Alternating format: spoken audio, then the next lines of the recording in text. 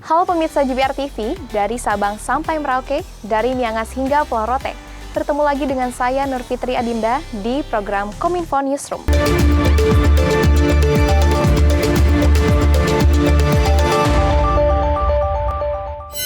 Pemirsa, mengawali informasi pertama, Presiden Joko Widodo mencabut ribuan izin usaha tambang, kehutanan, dan hak guna usaha perkebunan.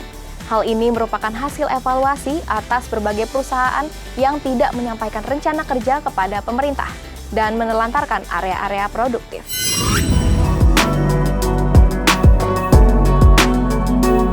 Pemerintah terus memperbaiki tata kelola sumber daya alam agar ada pemerataan, transparan, dan adil untuk mengoreksi ketimpangan, ketidakadilan, dan kerusakan alam. Adapun izin-izin pertambangan, kehutanan, dan juga penggunaan lahan negara terus dievaluasi secara menyeluruh. Dalam keterangan pers secara virtual usai rapat terbatas pada Kamis 6 Januari 2022, Presiden menegaskan akan terus melakukan pembenahan dan penerbitan izin yang selama ini disalahgunakan oleh pihak-pihak tak bertanggung jawab. Pembenahan dan penertiban izin ini merupakan bagian integral dari perbaikan tata kelola pemberian izin pertambangan dan kehutanan serta perizinan yang lainnya. Pemerintah terus melakukan pembenahan dengan memberikan kemudahan izin usaha yang transparan dan akuntabel. Tetapi izin-izin yang disalahgunakan pasti akan kami cabut.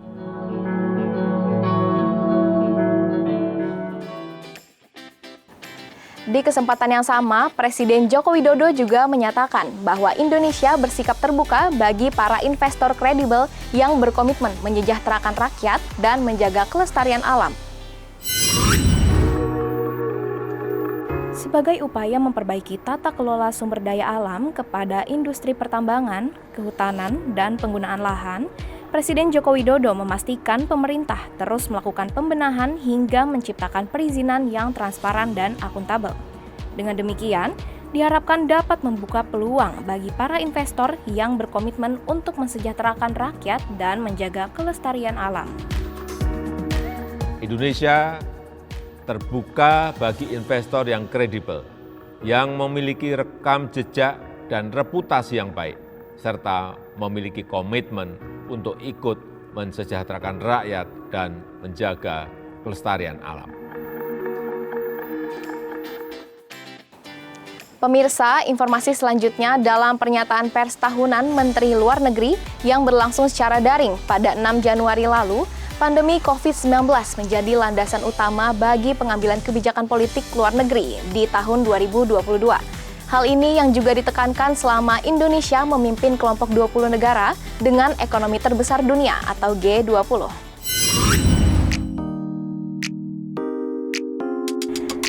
Dalam keterangan pers tahunan pada Kamis 6 Januari 2022, Menteri Luar Negeri Retno Marsudi menyampaikan, diplomasi kesehatan akan terus menjadi salah satu prioritas Indonesia.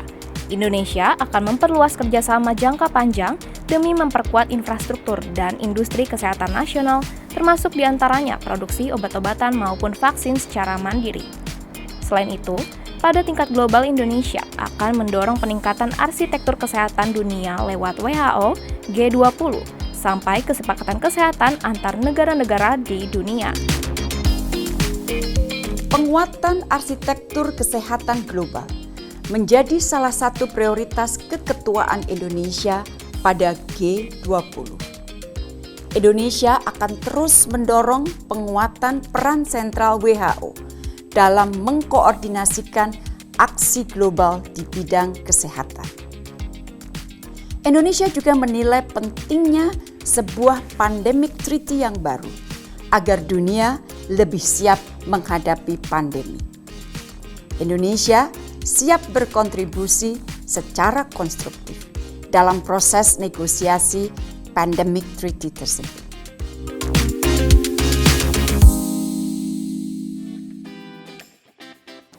Berita lainnya, Panitia Seleksi Calon Anggota Komisi Pemilihan Umum dan Calon Anggota Badan Pengawas Pemilihan Umum masa jabatan 2022 hingga 2027 telah menyerahkan 24 nama hasil seleksi kepada Presiden Joko Widodo. Nama-nama tersebut akan diserahkan kepada DPR dalam kurun waktu 14 hari untuk dilakukan proses selanjutnya. Presiden Joko Widodo menerima 11 anggota tim seleksi calon anggota Komisi Pemilihan Umum dan Badan Pengawas Pemilu periode 2022 hingga 2027 di Istana Kepresidenan Bogor, Kamis 6 Januari 2022. Dalam pertemuan tersebut, tim sel juga telah menyerahkan 14 nama calon komisioner KPU dan 10 nama calon komisioner Bawaslu kepada Presiden. Ketua Tim Seleksi KPU Bawaslu, Jori Ardiantoro, menjelaskan, nama-nama itu telah diseleksi komisioner KPU dan Bawaslu selama kurun waktu 3 bulan. Seleksi dimulai dengan pengumuman pendaftaran, seleksi administrasi, tes tertulis, profiling, dan wawancara. Nama-nama ini akan, jika dipilih, akan semakin memperkuat kelembagaan KPU, semakin menjadikan penyelenggara pemilu dan pemilunya sebagai sarana untuk memperkuat dan memperbaiki demokrasi kita. Dan tentu saja kami berharap nama-nama yang kami putuskan akan membawa pemilu ke depan akan semakin baik. Adapun nama-nama calon anggota KPU yang diserahkan terdiri atas 10 lelaki dan 4 perempuan. Mereka dalam urutan abjad adalah Agus Melas, Betty Epsilon Idrus, Dahlia, Hashim Asyari, I Dewa Kadewi Arsara Kasandi, Idham Holik, Iva Rosita, Iwan Rompobane, Muhammad Afifuddin, Muhammad Ali Safaat, Persadaan Harahap, Firian, Yesi Yati Momongan, dan Yulianto Sudrajat. Presiden akan menyampaikan nama-nama yang sudah diputuskan untuk diserahkan ke DPR RI dalam waktu 14 hari. Selanjutnya, DPR RI akan melakukan fit and proper test terhadap 14 nama calon KPU dan 10 calon Bawaslu.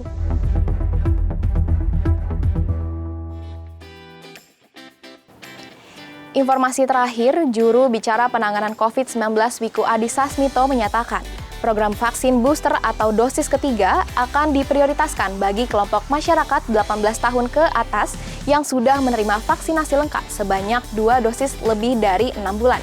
Berikut informasi selengkapnya. Pemerintah telah memutuskan program booster vaksinasi COVID-19 mulai 12 Januari 2022 mendatang. Target awal akan diberikan kepada 21 juta orang di bulan Januari. Dengan ini, pemerintah Indonesia berupaya berkontribusi besar terhadap komitmen dari WHO untuk mencapai target 70% populasi dunia tervaksinasi di pertengahan tahun 2022. Juru bicara Satgas Penanganan COVID-19 Wiku Adhisa Smito menegaskan, untuk vaksinasi booster di Indonesia, utamanya memperkuat kekebalan komunitas di daerah yang kekebalan komunitasnya sudah mulai terbentuk. Program ini diprioritaskan bagi kabupaten atau kota yang capaian dosis pertama sudah 70% dan 60% untuk dosis keduanya. Oleh karena itu, pihaknya meminta daerah yang belum memenuhi sasaran cakupan vaksinasi COVID-19 lengkap yang ditetapkan untuk segera mencapai target. Status vaksinasi di tiap daerah dapat kita lihat bersama di https:vaksin.kemkes.go.id. Kami berharap untuk daerah yang belum memenuhi kriteria tersebut untuk dapat mengejar target vaksinasinya. Vaksin booster untuk saat ini akan diperuntukkan bagi masyarakat berusia di atas 18 tahun dan telah mendapatkan vaksin dosis kedua dengan jangka waktu lebih dari 6 bulan. Itulah ragam informasi yang telah kami kemas untuk Anda. Dapatkan terus update berita pilihan setiap harinya di kanal GPR TV atau melalui sosial media gprtv.id. Saya Nur Fitri Adinda pamit, sampai jumpa.